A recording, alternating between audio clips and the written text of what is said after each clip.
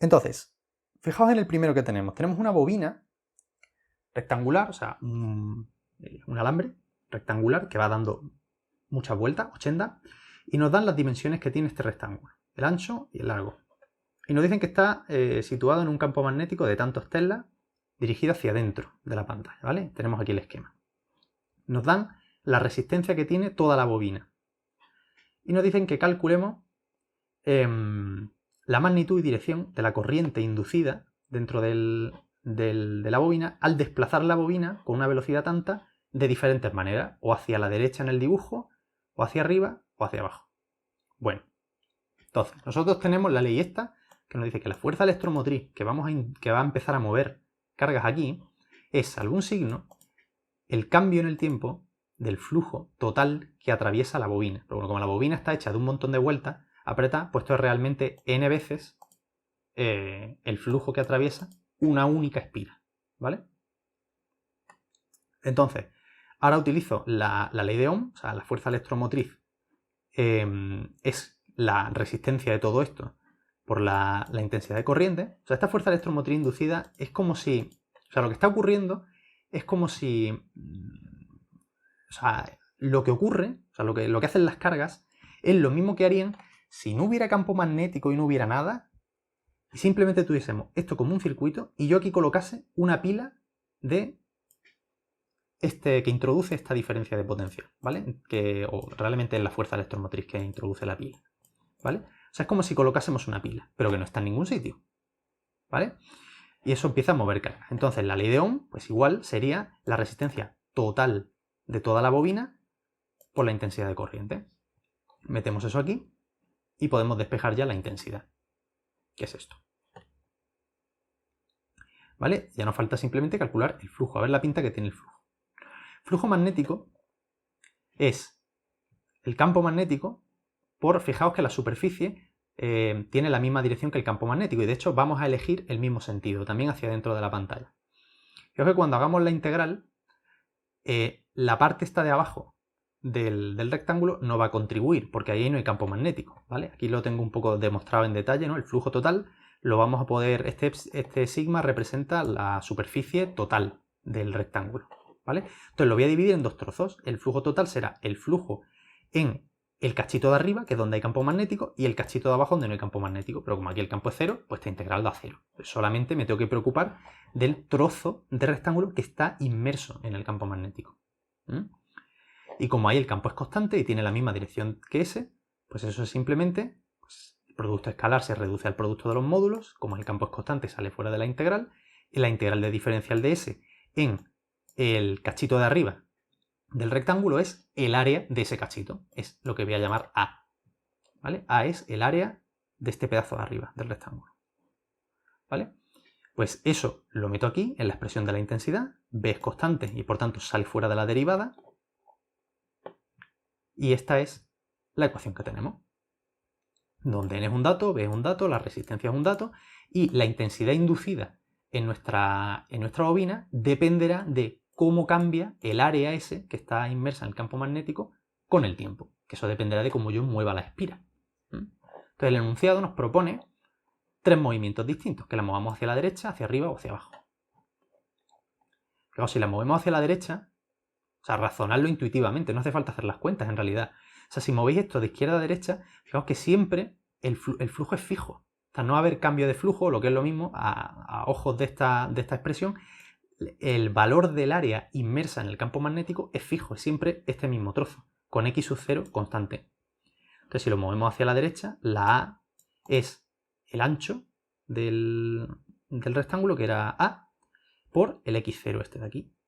Esto es fijo. Como esto es una constante, su derivada con respecto al tiempo es 0 y la intensidad me da 0, o sea, no hay corriente inducida. Como no cambia el flujo, no se va a inducir ninguna corriente intentando contrarrestar ese incremento de flujo. ¿Qué ocurre si lo movemos hacia arriba? Con una velocidad determinada, ¿no? Que nos la dan en el enunciado. Nos dicen, lo movemos a velocidad constante, ¿no? Pues que ese área va a crecer. ¿Cómo? Pues un movimiento rectilíneo uniforme. Inicialmente es x0 y en cualquier otro instante será x0 más vt. Bueno, en cualquier otro instante no, hasta que toda la espira está dentro. Y a partir de ese momento, fijaos que cuando yo esta espira al principio está un trozo fuera, ¿no? La empiezo a empujar hacia arriba, entonces va a ir incrementándose el flujo magnético. Pero llegará un momento en que toda la espira estará ya dentro del campo magnético y en ese momento, pues, el flujo pasará a ser constante y esta corriente inducida desaparecerá. ¿Vale? Entonces, lo que nos pregunta el problema es que veamos la corriente que se induce mientras se va metiendo en esta región. Entonces, el A es, de nuevo, el ancho por la longitud de este trozo que está dentro, que es el x0 más lo que haya avanzado esto, como un movimiento rectilíneo uniforme, simplemente v por t. x0 más v por t. Entonces, la derivada del área respecto al tiempo, estos son constantes, es simplemente a por v. ¿Veis? Sustituimos los numerillos y fijaos lo que sale. Sale una cosa negativa. ¿Vale? ¿Qué quiere decir negativa? Volvemos a lo de la interpretación de los signos. Acordaos, estamos haciendo el flujo en la dirección, hemos elegido para hacer esto, aquí, ¿vale? Si no tendríamos un signo aquí. Si no tenemos un signo aquí, quiere decir que hemos cogido el área y el campo magnético apuntando para el mismo lado. Si el campo magnético apunta para adentro, el área lo hemos cogido apuntando para adentro. Entonces, la regla de la mano derecha nos da una dirección para hacer la circulación, esta, una dirección horaria. Que la I nos salga negativa quiere decir que se mueve en sentido antihorario, que es lo que está dibujado aquí. Y si os fijáis, si utilizáis la regla de la mano derecha, veréis que lo que está haciendo esta corriente es introducir un campo magnético que apunta hacia nosotros. Como está incrementándose el flujo de este que va hacia la pantalla, esta corriente lo que mete es un campo al revés, hacia nosotros, que intenta contrarrestar esa variación. ¿Vale? O sea, aquí tenéis el valor de la corriente, ¿vale? Que en realidad es sin signo, o sea, el signo, digamos, su significado no tiene ningún significado extraño, simplemente nos informa de la dirección que tiene con respecto a una que hemos cogido de referencia, que es la dirección en la que hemos hecho la circulación. Y eso es lo que tenemos, un valor de la corriente de 0,85 amperios, y esto nos indica sentido antihorario de la figura. ¿Vale? Es importante que sepáis cómo va esto de los sentidos, ¿vale? La circulación, o la fuerza electromotriz, va referida a la regla de la mano derecha con respecto al vector superficie elegido. Cuando nos salga negativa, quiere decir que estamos en el sentido contrario, que es este, el antihorario. Bueno, y no sé si ya más o menos veis qué es lo que va a pasar cuando movamos esto hacia abajo. Cuando lo movamos hacia abajo va a ocurrir lo contrario. Vamos a tener un movimiento rectilíneo uniforme ahora hacia abajo y en vez de tener x sub 0, el área en vez de ser a por x0 más vt va a ser x0 menos vt porque va reduciéndose en el tiempo. Ahora va a haber aquí un menos, la derivada con respecto al tiempo va a tener un menos que va a cancelar el menos de la ley de Lenz y nos va a salir lo mismo de antes, pero positivo. ¿Vale? La misma corriente que antes, en intensidad, pero ahora va a ir en sentido horario, porque como está reduciéndose el flujo, esta corriente va a introducir un campo magnético que va a tratar de aumentar el flujo en esta dirección, o sea, metiéndose hacia dentro del papel o de la pantalla. ¿Vale? Pues ese es el problema. Ya está. Eso es. ¿Vale? El siguiente es también muy parecido, es también de una espira que se mueve en un campo magnético y nos piden cosas. Ahora lo que tenemos es una espira circular, ¿vale? Tenemos un campo magnético constante y esta espira gira de esta manera, o sea, sale este extremo, saldría hacia nosotros y este se metería dentro de la pantalla, ¿vale? O sea, giraría lo que aquí he llamado pues J, ¿no? Alrededor del eje Y. Nos dicen, tenemos una bobina circular con 300 vueltas y un radio de tanto, ¿vale? Se conecta a un integrador de corriente que nos dicen lo que es, nos dicen que es un aparato que lo único que hace es medir la carga que va pasando por aquí, por la bobina. Nos dan la resistencia total del circuito y nos dicen que inicialmente la bobina está, como veis aquí en el dibujo, ¿vale? Está perpendicular al campo magnético y se empieza a hacer girar hasta ponerla a 90 grados, o sea, tengo por aquí el dibujillo, ¿vale? Saliendo hacia nosotros, bueno, una parte hacia nosotros y otra parte metiéndose hacia adentro. Y nos dicen qué carga ha medido el integrador este de corriente, la carga que ha pasado por el circuito. ¿Qué es esto? Pues nos piden calcular cuál es el campo magnético que hay aquí.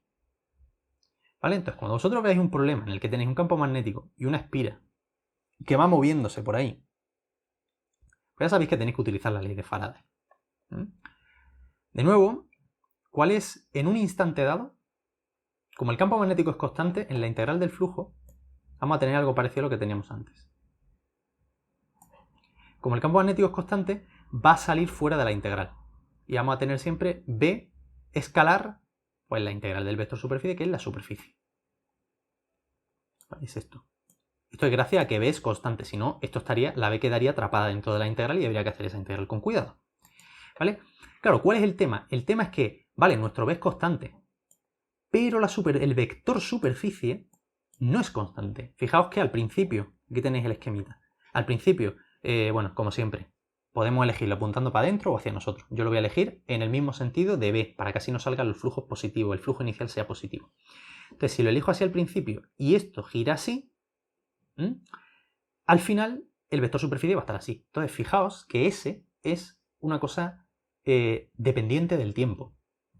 Como consecuencia, aunque B sea fijo, como S depende del tiempo, el flujo va a depender del tiempo. Claro, y eso es lo que queremos. Cuando el flujo depende del tiempo es cuando podemos utilizar, cuando tiene sentido utilizar esta ley, ¿no? Si el flujo no cambiase, pues tendríamos cero fuerza electromotriz y ya está. El problema sería aburrido, ¿no? Quiero decir, esta ley no nos diría nada. Entonces, y ahora vamos a combinar la ley de Faraday-Lenz, que es esta. De nuevo he metido el n, porque esto no es una sola espira, ¿ven? Nos dicen que son muchas espiras, muchas vueltas. Ese n es, pues, simplemente 300 por la derivada del flujo. Como ves, constante, sale de la derivada temporal y aquí solamente queda atrapada la superficie, que como digo, el vector superficie, que como digo es dependiente del tiempo. La fuerza electromotriz, por otra parte, es la resistencia total del circuito por la intensidad de corriente que lo atraviesa. Esto también lo hemos utilizado en el problema anterior. Sustituimos arriba y tenemos esta expresión. Vale, y ahora viene un poco la parte más rara del problema, ¿no? Porque fijaos que no nos hablan de corriente, nos hablan de carga. Entonces aquí lo que tenemos que utilizar es que la intensidad de corriente no es otra cosa. La intensidad de corriente que ha pasado por el circuito es la derivada de la función carga. La intensidad de corriente es la derivada de la función carga que está midiendo el integrador con respecto al tiempo. Carga por unidad de tiempo. Si metéis esto aquí, fijaos que n, r y b no dependen del tiempo, entonces salen de esta integral con respecto al tiempo que voy a tomar en los dos miembros de esta ecuación. ¿Vale? La y la sustituyo por esto. Tomo integrales entre dos instantes, los que sean, uno inicial y uno final, en principio, ¿vale? Pero el inicial se refiere a este y el final se refiere a este otro. ¿Vale? Pero bueno, en principio da igual, los instantes que sean, ¿vale? Simplemente tomo integrales en los dos miembros. Y ahora utilizo una cosa que es que la integral de la derivada es simplemente la función en el punto final menos la función en el punto inicial. Estas integrales son muy fáciles de hacer. En el miembro de la izquierda me queda q en el instante final menos q en el instante inicial, que esta es la carga total que ha medido el integrador durante ese tiempo. La carga que tenía registrada al principio y esta es la carga que tiene registrada al final. Luego la diferencia es la carga que ha pasado en el tiempo que la espira ha cambiado de esta configuración a esta. NRB se quedan como están y aquí tengo el vector superficie final, que es este, menos el vector superficie en el instante inicial, que es este de aquí. ¿Vale? Hacemos los productos escalares que tenemos aquí. B por el S inicial, veis que tienen misma dirección y sentido, entonces el producto escalar es simplemente el producto de los módulos. El módulo de B, que es un dato, que es lo que nos piden, por el módulo de S. Y el módulo del vector superficie sabemos que es pues, la superficie que tenga el área correspondiente, en este caso es pi por el radio al cuadrado. He llamado A al radio de la espira. Y en el instante final lo mismo, B por la superficie en el instante inicial, perdón. En el instante final, eso. El producto escalar ahora es 0, porque fijaos que ahora el campo magnético lleva la dirección de la superficie, o sea, perpendicular al vector superficie. Y por eso, pues, como son perpendiculares, su producto escalar es 0. Este término no contribuye, solamente el B por STI, que es esto de aquí que hemos calculado antes. ¿Vale? Y sale con este signo menos que cancela al menos que tenemos aquí fuera. Entonces con ello concluimos que la carga que ha pasado por el integrador, que ha medido el integrador, será n número de vueltas que tiene la bobina entre la resistencia del circuito por el campo magnético por pi el radio de la espira al cuadrado. Y de aquí despejamos el campo magnético. ¿Vale? Si queréis ponerle también pues, dirección, pues bueno, yo he elegido aquí la base, la he puesto de esta manera. Pues sería, si K apunta hacia nosotros, pues como va hacia adentro, pues menos K. Sería menos esto de aquí, K. Sería el vector campo magnético.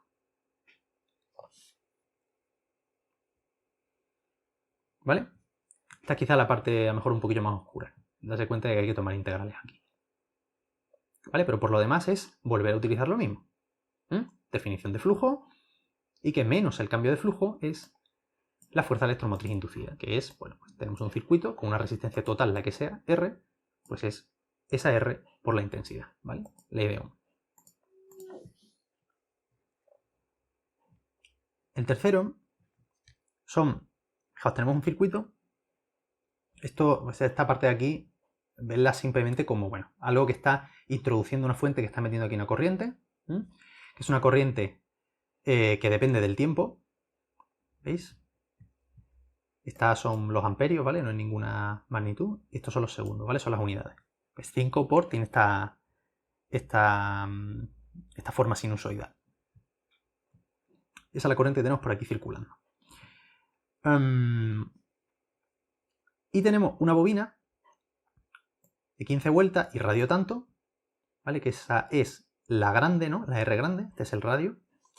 Esta de aquí, chiquitita, y rodea a un largo solenoide de tanto radio y tantas vueltas por unidad de longitud, ¿vale? Nos dan las vueltas por unidad de longitud, que es este de aquí. Entonces, nos dan la corriente y nos piden, calcula la fuerza electromotriz inducida en la bobinilla esta de aquí fuera. ¿Vale? Pues pensamos en términos de, nuevo, de la ley de Faraday-Lenz.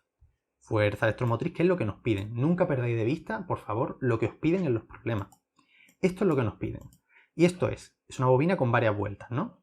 Pues será menos n exterior, ¿vale? Como hay dos bobinas, pues para distinguirla le he puesto ext. Pues el número de vueltas que tenga esta de aquí, ¿vale? Que son 15. Por el cambio del flujo con respecto al tiempo, por que atraviesa una sola de las espirillas de esta bobina exterior, ¿vale? Entonces, fijaos que esto es un dato, entonces ya para resolver el problema solo me falta conocer el cambio del flujo con respecto al tiempo. Lo pongamos para allá. Flujo. Flujo que atraviesa una espira de estas exteriores. Pues será la integral del campo magnético por diferencial de superficie por toda la superficie. Bueno, aquí igual debería haber puesto un paso intermedio por toda la superficie exterior. Pero quiero que os fijéis que como esta bobina nos están diciendo que es muy larga, ¿vale? Y sabéis que en una bobina larga el campo magnético queda confinado en su interior. O sea, ocurre algo de este tipo, ¿vale? O sea, aquí fuera no hay campo magnético. Entonces ocurre algo parecido a lo que pasaba en el problema 1. Que aunque en principio lo que nos hace falta es el flujo en toda la espira, bueno, pero como aquí hay un cacho en el que no hay campo magnético, pues ese cacho se ignora. Solamente hay que hacer el flujo en el trocito de arriba, ¿vale? Pues lo mismo ocurre aquí. Aquí no hay campo magnético en el hueco este que hay entre las dos bobinas. Entonces por eso solamente hago la integral en la superficie interior, ¿vale? Aquí. ¿Vale? En la sección interior, o sea, en la sección interior del solenoide, no, o sea, sería la sección del solenoide interior. Entonces, vamos a colocar los ejes. Algunas veces no hace falta colocar los ejes, pero bueno, los ponemos así. Si tenéis agilidad con estas cosas, los productos escalares y tal, los podéis hacer de cabeza sin tener que poner los versores explícitos y tal, pero bueno, no cuesta nada. Elegimos nuestra base, ponemos el eje X en esta dirección a lo largo del eje de los dos. De las dos bobinas. Y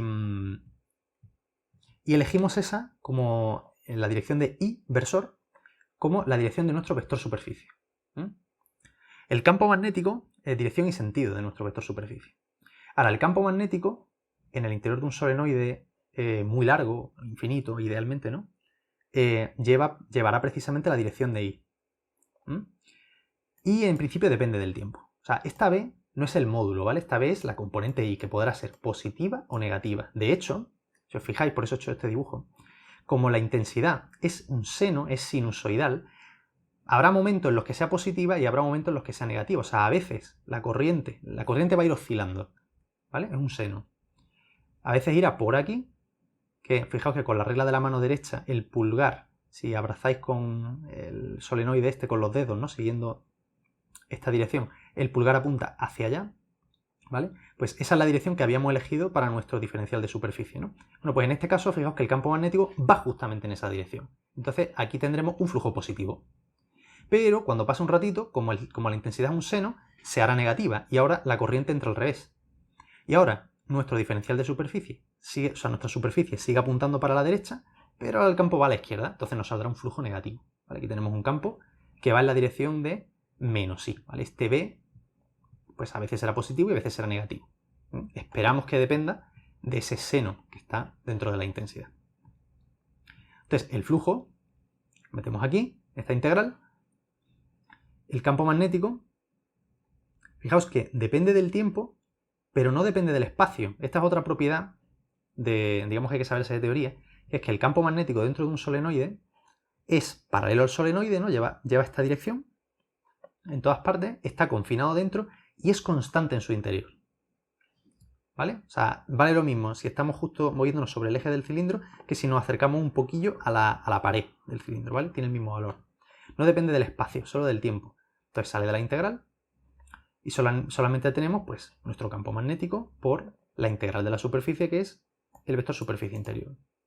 Que como lo hemos elegido en la dirección de i, pues será el área que tenga la sección esta, que es pi por el radio pequeñito al cuadrado, y el campo magnético, ¿vale? Esto es positivo, lo hemos elegido en la dirección de las i's, y el campo magnético tiene aquí una función que puede ser positiva o negativa, de hecho va a ir oscilando, y también producto escalar, las se nos cancelan y nos queda esto de aquí. Este es nuestro flujo. Luego, la fuerza electromotriz, sustituimos todo esto en la ley de Faraday-Lenz, es menos el número de vueltas que tiene nuestra bobina exterior, pi r cuadrado, que es el área de la sección de la bobina interior, por el cambio de B con respecto al tiempo, donde B es el campo magnético que esta corriente produce en el interior del solenoide largo. ¿Vale? Y ahora aquí utilizamos otra formulita de teoría, ¿vale? Que esto se podría deducir, pero bueno, estas cosas son las cosillas que uno pues acaba aprendiendo para hacer los problemas con un poco más de agilidad.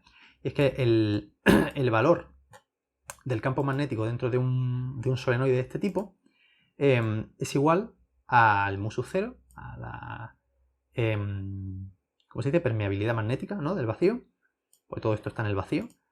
N pequeña es el número de vueltas por unidad de longitud que tiene el solenoide largo y la I es la intensidad que la atraviesa. Entonces, esto se mete aquí. Mu 0 y N son constantes, así que salen fuera. Y la I esta, ¿quién es? Es la I que atraviesa esta bobina. Y en este caso es una I que depende del tiempo de esta manera. Es un seno, es un numerito por un seno. Esto de aquí, ¿vale? Le he puesto, para no tener que estar escribiendo 5A y todo esto, pues le he puesto el nombrecito, simbolito, el I0 y una frecuencia, 120 segundos a la menos 1. Esto se mete aquí, se hace la derivada, I0 es una constante y sale de la derivada, y la derivada del seno de omega t es coseno de omega t por la derivada de omega t, que es omega, ¿vale? Y sale un omega aquí también. Y esto ya son todo datos.